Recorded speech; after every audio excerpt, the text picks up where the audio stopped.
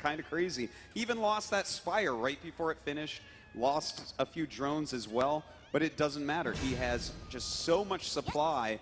But again, a lot of that is because of DT's. DT Tech is like the lowest supply that you can be as Protoss if you're going to use it early on. So it's like really hard to transition out from that too. It's like, what do you do now? Like try to get a robotics facility down, and then that kind of gives Ret time to get back in the game, and that's when, you know, all of a sudden you try to take a third base, and Ret's like, You know, it's the ultimate technical player against the ultimate macro player. An awesome battle of styles, but I think they're ready, and I just want to see this game. So, Day9, take it away. Thank you, Artosis. It is time for game number 3 with the series tied up 1-1. Is the crowd ready?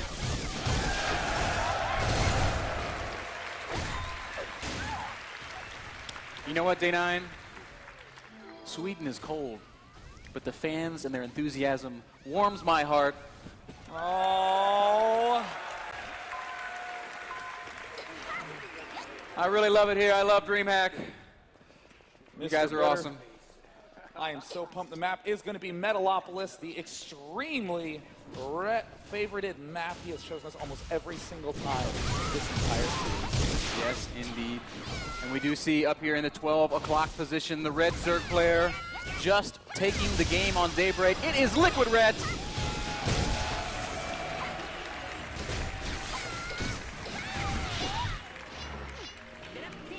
And in the south position, showing a wide variety of styles, the last game Ret showed that he is mortal. It is Liquid Hero.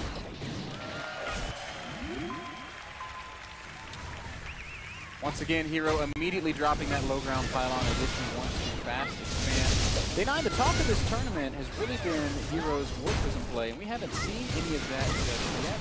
So hard to pause Liquid Ret and get an update from what is the reason. Could be either some sort of... could be hardware related. Could be that he had to blow his nose. Yeah, okay. That's true. I mean, these players have played fairly long games in this tournament thus far, so maybe he just needed a break. Totally possible. He did say that if it goes on past 3 games, he's going to have to take a smoke break.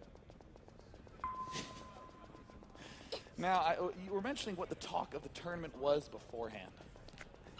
Yes. Hero has been showing us a lot of excellent Warp Prism play, players signifying that they are ready. Multi-pronged aggression. We saw some multi-pronged aggression on the other in the last game, attacking it from different angles with gateway units, setting up the DT harassment, ultimately killing off that third base.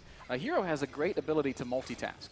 Yeah. But really, it's highlighted most when he shows off that Warp Prism play. Gets a couple speed prisms flying all over the place. High Templar for storms, warping in Zealots to take out bases and to harass drones. And it surprises me that he hasn't busted that out just yet. Yeah, I mean, it looks like Liquid Hero is waiting for the appropriate circumstance to use them on Antigua Shipyard. He just had such a strong forward force, and it cut Ret down on expansions. All he had to do was eliminate the center base, so no reason to invest too much in those Warp Prisms. Now it looks like, again, Liquid Hero is kind of doing, like you were saying earlier, the metagame play. I'm just going to build a Nexus straight away. I have no idea what Ret's doing, but I know he is not going to be going smoothly. And I wonder if Ret is taking note of this. You know, are we going to get into games 4 and 5 and Ret going to say to himself, I know what you've been doing, Hero. I'm going to get sneaky and do something like a 6-pool. For this game, that's not what we're going to see. 14 pool, 16 hatch coming out for Ret. Nexus and then Ford Hero. And one of the things I think is hallmark Hero is his incredibly impeccable building placement. No doubt there will be a cybernetics core planted here to block off that backside. Metalopolis, kind of difficult to really early expand on, but of course, if you know Ret is going to be doing 3 hatch, you are going to comfortably do that Nexus first. Look at that, no gas at all from Ret, so Hero knows that no pressure can come to him soon. Exactly. With no gas, Ret can't make roaches, he can't make banelings, he can't even get Zergling speed, so there's very, very little he can do to pressure this expansion, if anything. Overlord going to float down here and just get a little bit of a peek and see that the first gateway is just starting to be built. Yeah, now Ret can see that. Looks like Gateway is down now. Photon Cannon finishing up a single gas geyser. 2 gas geysers popping down for Hero, so it is going to be pretty traditional play. And look at that, a 3rd hatchery at the 4-minute mark of the 3rd base. Liquid Ret setting up for macro mode, and of course, in Metalopolis, you cannot spawn close by ground positions. You could spawn close by air, but Ret managed to figure out how to spawn cross map when it's a semifinal tournament life on the line. Oh yeah. Definitely Definitely deserves a round of applause. for his spawn position, certainly. You know, you should be good enough where you shouldn't have to get lucky, but it definitely doesn't hurt. No, not at all. Not at all. In many cases, I would rather be lucky than skilled day 9. For Ret on Metalopolis, he is both of those things. 33 supplies, still no gases. 2 queens out, no third queen building just yet. Sometimes we'll see a player build an early third queen and march it to the third in advance. Ret looks like he's going to be content to just build her at the third base. +1, Chrono boosted again. Yeah, Chrono boosted out. This means that if for some reason Liquid Hero wants to do some sort of big 6-game play, this is actually going to finish a little bit too early. I do like that play that Hero was doing earlier on, where he was instead going like 4 games to get those reasonably quickly, and he was just getting them to these harassing orbs. Zealots are absolutely phenomenal against Zerglings early on with that +1 attack, and it looks like, wow. Twilight Council. 1 gate, insta Twilight Council. He's going to be going for a very fast +2. Yes, he will. And he'll have quick options for Blink.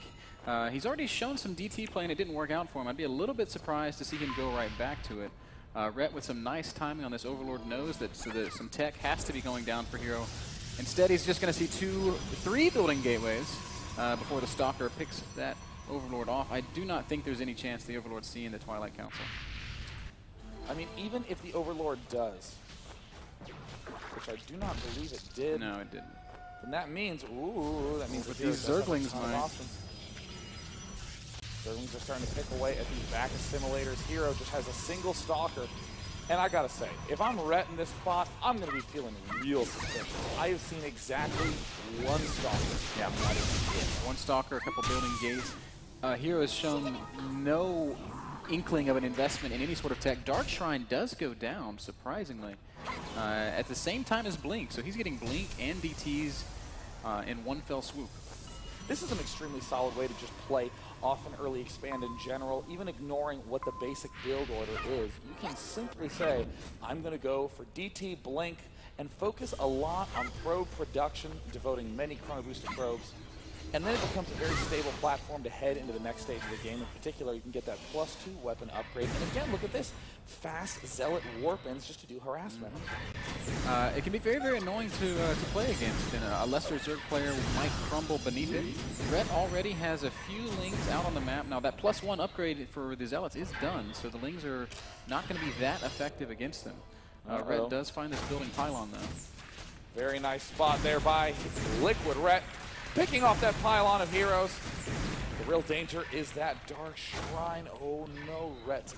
Unusually light on this drone. Second pylon. No, he doesn't. So 1 pylon does come up in close proximity to Ret's third. Whoa, Zealots and Stalker just going to walk right up into the main. Oh, and they secure the ramp.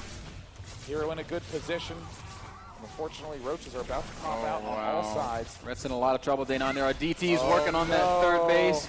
Gateway units in the natural. Queen might actually fall. Ret trying to micro her away.